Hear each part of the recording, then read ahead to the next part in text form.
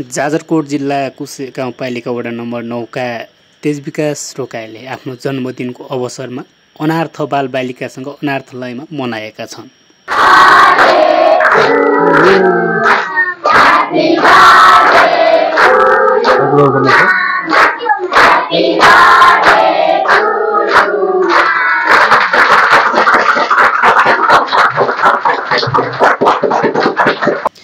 काठमाडौँ गोदाबारी 14 बडीगाउँ ललितपुरमा रहेको मामाघर आश्रममा 100 जना भन्दा बढी बालबालिकालाई खाना खुवाएर आफ्नो जन्मदिन भव्य तरिकामा मनाएका छन्। तेजविकास रोकाए भन्छन्, मेरो हरेक जन्मदिन यही मामाघर आश्रममा अनार्थलयमा अनार्थ बालबालिकालाई खाना खुवाएर मनाउने छु। यो भन्दा पनि पहिलेको वर्षमा उनीले यही मामा आश्रममा यिनै अनार्थ बालबालिकासँग आफ्नो जन्मदिन मनाएको जानकारी पनि दिएका छन्। उनी भन्छन्, अरू जस्तो गरेर ठुला रेस्टुरेन्ट क्याफे बुक गरेर आफ्नो जन्मदिन मनाउनु भन्दा अनार्थलयमा अनार्थसँग एक छाक मिठो मसिनो खुवाएर आफ्नो जन्मदिन सधैँ मनाउनेछु। मामाघर आश्रममा जाजरकोट जिल्लाका केही स्थानीय तहका अनार्थ बालबालिका पनि रहेका छन्। भूकम्पमा परेर आफ्नो बुवा आमा गुमाएका बालबालिकालाई तेजविकास रोकाइले नै मामाघर आश्रमसँग सम्झौता गरेर त्यहाँका बालबालिकाहरूलाई मामाघर आश्रम अनार्थलयमा राखेका थिए, जसमध्ये जाजरकोटको कुसे गाउँपालिका, भेरी नगरपालिका, नलगाड नगरपालिका, बारेकोट गाउँपालिका, शिवालय गाउँपालिकाका केही अनार्थ बालबालिकाहरू रहेका छन्। मेरो पोइन्ट थाहा छैन, हिरो भइसकेको छ।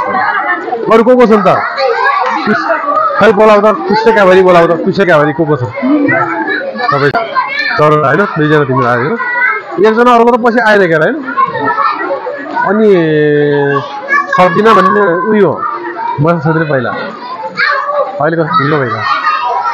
अनि तिम्रो हुकुम कुन ठाउँ?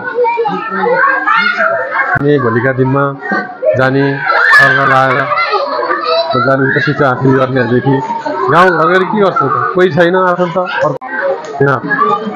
सरगाउँ होइन, सरगाउँ के त घरतिर फोन गर्छन्, कुरा हुन्छ, अरू ठिक छ नि होइन, राम्रोसँग पढ्ने भन्ने। मैले अस्ति गएर घर गएर भेटेको थिएँ बुवाहरूलाई, बाजे क्या बुवा बाजेलाई भेटेको थिएँ, आउनुभएको थियो।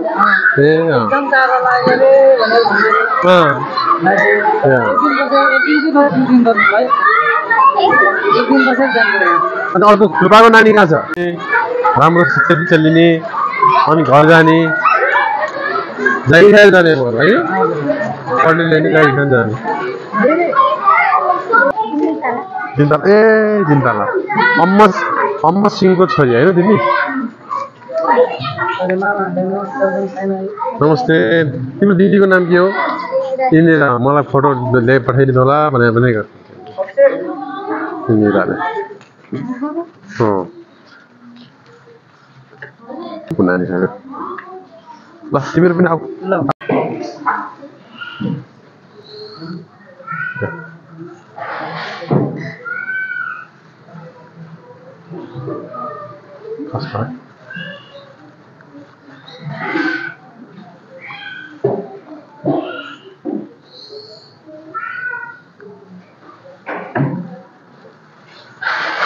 कस्तो ठुलोले सानोलाई मजाले खुवाउने रहेछ होइन सिस्टमको हजुरको।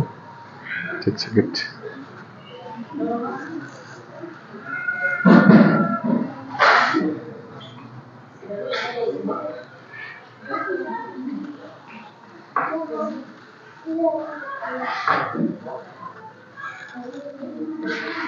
छोटो भए भइहाल्छ, व्यवस्थित रहेछ खाना